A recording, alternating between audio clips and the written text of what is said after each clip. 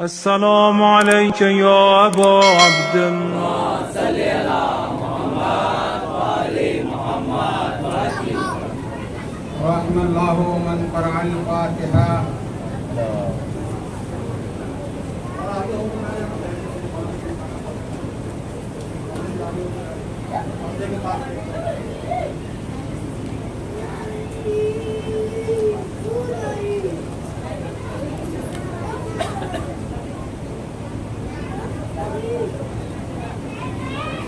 إن الله وملائكته يصلون على النبي يا أيها الذين آمنوا صلوا عليه وسلموا تسليما.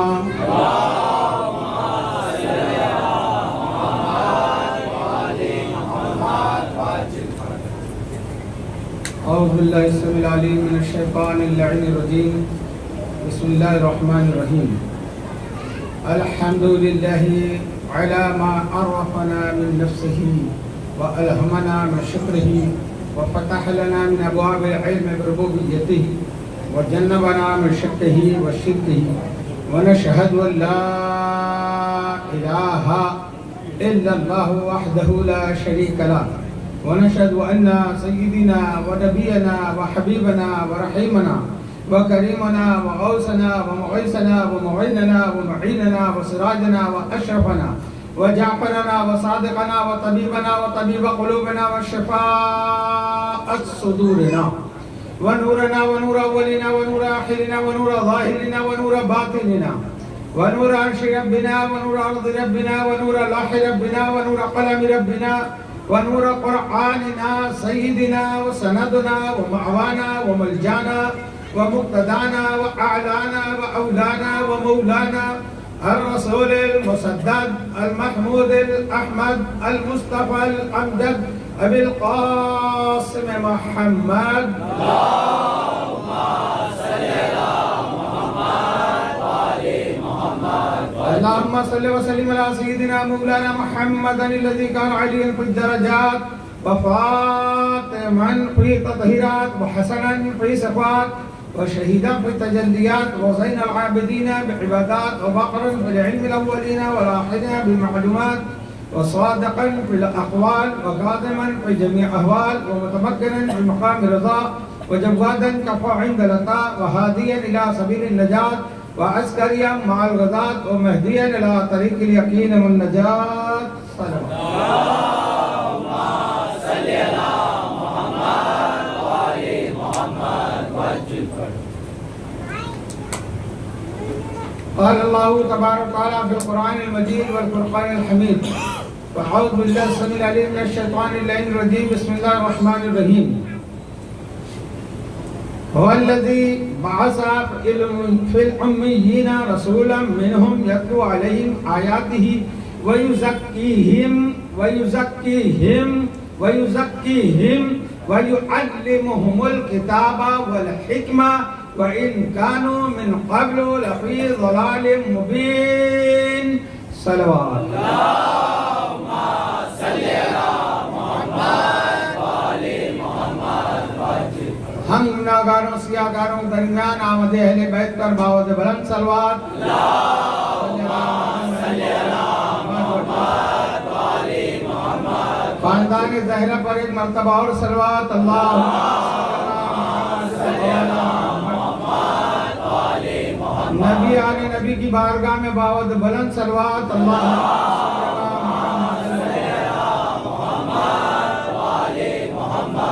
نعرہ تکبیر، نعرہ رسالت، نعرہ حیدری، دشمنان اہل بیت پر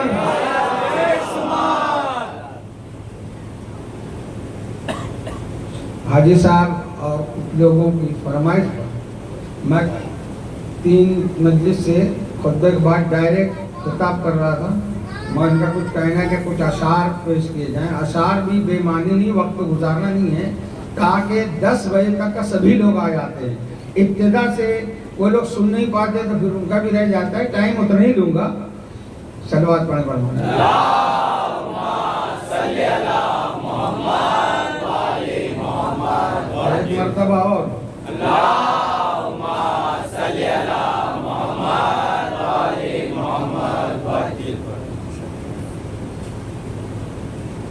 مطلب ملاحظہ فرمائیں. سیدہ زاہدہ طیبہ طاہرہ تیری عظمت و رفعت کیا کہنا. سیدہ زاہدہ طیبہ طاہرہ تیری عظمت و رفعت کیا کہنا. تیری عظمت و رفعت کیا کہنا. تعظیم رسالت کرتی ہے تعظیم رسالت کرتی ہے تیری شان و شوکت کیا کہنا. ہم صورت و سیرت احمد کی ایک راز حقیقت وحدت کی ایک راز حقیقت وحدت کی مرکز ہے جہان عصمت کی مرکز ہے جہان عصمت کی خاتون قیامت کیا کہنا.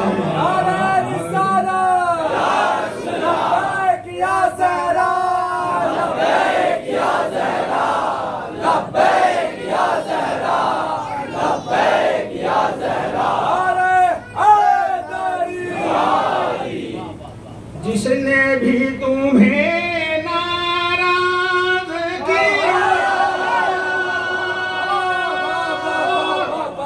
ناراض کیا ہے رسالت ناراض کیا ہے رسالت کو پھر اس کا ٹھکانہ دوزخ ہے اس کا ٹھکانہ دوزخ ہے. اے روح رسالت کیا کہنا. پھر اس کا ٹھکانہ دوزخ ہے. اے روح رسالت کیا کہنا. بی زہرا کے دشمنوں پہ لعنت زہرا کے دشمنوں پہ لعنت حیدری. ایک ایک شعر قرآن کی تفسیر ہے. آپ پہنچ رہے ہیں ماشاءاللہ. کونین کے آقا کی محنت الفت ہے تیری ان کی اجرت ان کی اجرت کہتی ہے مودت کی آیت کہتی ہے مودت کی آیت اور باقی قرابت کیا کہنا کرتی. مطلب ہے تیری رضا میرے ضائع نبی اور رضائے نبی ہے رضائے خدا اور رضائے نبی ہے رضائے خدا. طالب ہے رضا کا حمزہ بھی طالب ہے رضا کے ہم سب ہی. اے جان امام طالب ہے رضا کے ہم سب ہی. اے جان امامت کیا کہنا. صلو